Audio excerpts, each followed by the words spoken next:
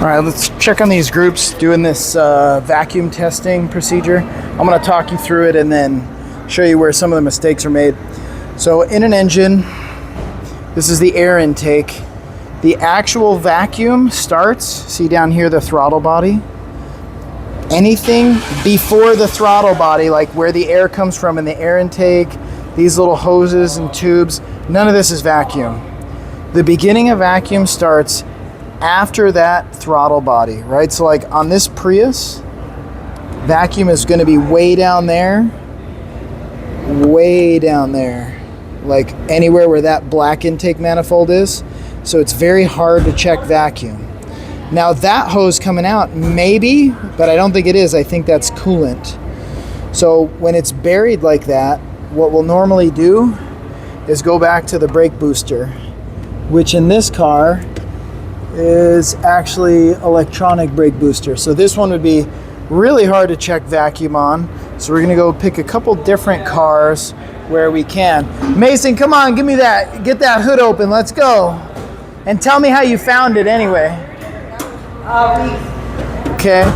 It's like a little. Use a good YouTube video. You found something, did you? That's all right. I think I have. You guys get your gauge and let's discuss, right?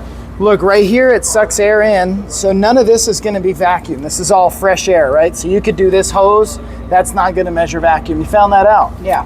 Vacuum starts after the throttle body.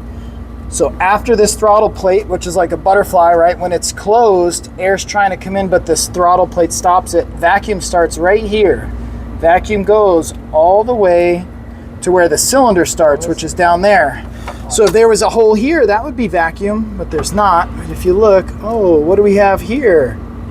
And maybe even a couple, maybe even this one would work.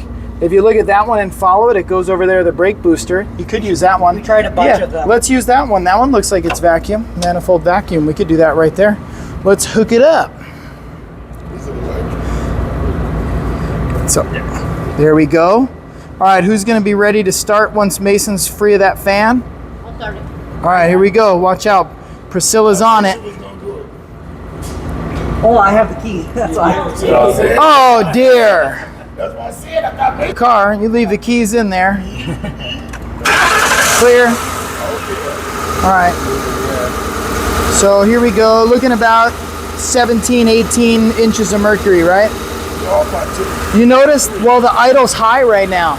So if the idle's high because it's cold, the throttle plate's going to be open a little, or it'll use idle air control. The IAC will bypass it. Once it gets warm, the idle drops. That vacuum will increase a little bit. So that's going to be a good reading. It'll just get better as it goes. All right, so you guys figured it out. Very nice. Let me see who else has still got it. You did? Did you get it? You got it on the booster, huh? All right, these guys did pretty easy. Oh, they figured that out. Right, because here's the air box coming in. The throttle's here. So anything on this manifold, here it is. They could have used that one, but they found a little hose right here. It's actually for the purge solenoid, but that's okay. We could do that. Yeah, you could fire it up.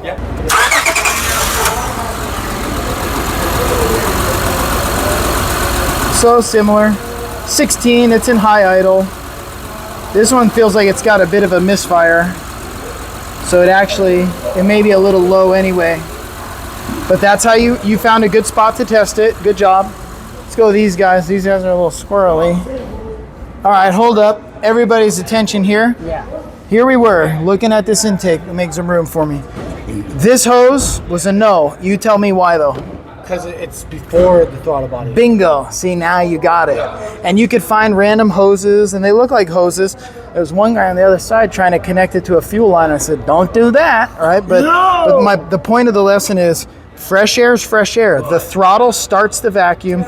The vacuum goes all through this. Now, this seemed like it could have been vacuum, but it's actually not because it goes to the valve cover, so that's a fresh air breather. And then if you follow, there's really only one accessible vacuum line right there. You could get it there, go into the booster, or you could get it at the booster back there, which you guys did. You picked it up right at the hose. There you go. That's fine. That's legit. Let's fire it up. Let's see what you got. You did good, but it's harder than you think on some of the newer cars. Go ahead. This one's trash. Go on. So it's got a lot of vacuum. 24 inches of mercury, a lot of vacuum. That's seems a little high, but you know what? I don't know. It sounds like it's running all right. So we won't make a big deal out of it. I think you're pretty good. Good job. And that won't even affect vacuum. You could, you could. What about this right here? This will affect it. This is loose and off. Well, if you have that loose and it's a vacuum leak, that would decrease your vacuum. None of that would make the vacuum too high. This thing's running pretty healthy apparently, or your gauge is wrong, I'm not sure. If you want to find out, switch gauges. You might find a different reading on a different gauge, but yours was on 0, so it seems reasonable. Okay, yeah, you guys figured it out. All right, these guys on the G6 found there was a vacuum port right here on the manifold. Quick and easy, pop the hose off, put the hose on. There you go, so that was a good find. You guys didn't fall for any of this type of stuff over here, that's good. Technically, you could have got it from the map sensor. You'd have to pull it out and set something in there, but this was better. This one was good. Good find. All right, this is one of the tougher ones. You got an intake manifold way down there. So you're looking at some lines. Don't connect to that fuel pressure connection. Okay. But if you notice, it's so hard to get to anything. Mm-hmm. You got to know it. When a car has a vacuum booster like that, they always run a vacuum line to it. So I would cherry pick it right off of the booster, just like you did right here. This is your big vacuum line. This is the way I would do it. Yeah, right there. Off the brake booster? Oh yeah, that's a good way to do it. Yeah, and you're looking, what, about 18 and a half, almost 19. So that's pretty healthy. What happens if you give it a little throttle, just a little burp? Just a little burp. Like the old school? Power rated?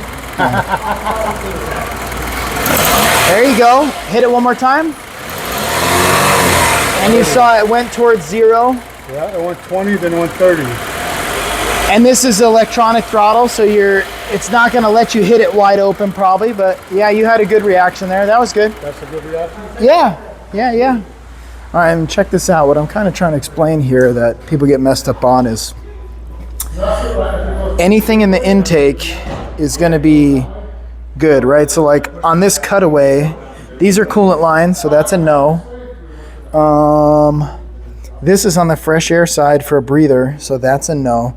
So if you look, this thing doesn't really have any good connections to actually be able to test vacuum. So you could go for the brake booster, and the brake booster would work, but sometimes on these, like in one of my other videos I showed, because this is a hybrid, it does a lot of variable valve timing stuff. They call it Atkinson cycle.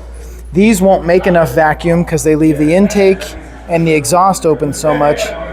So what they'll do is they'll actually run a vacuum pump sometimes on the edge right here.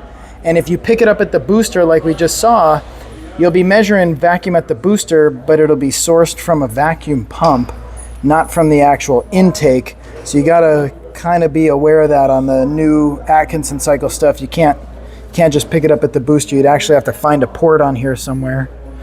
So that's how you guys will find your vacuum source to do this test.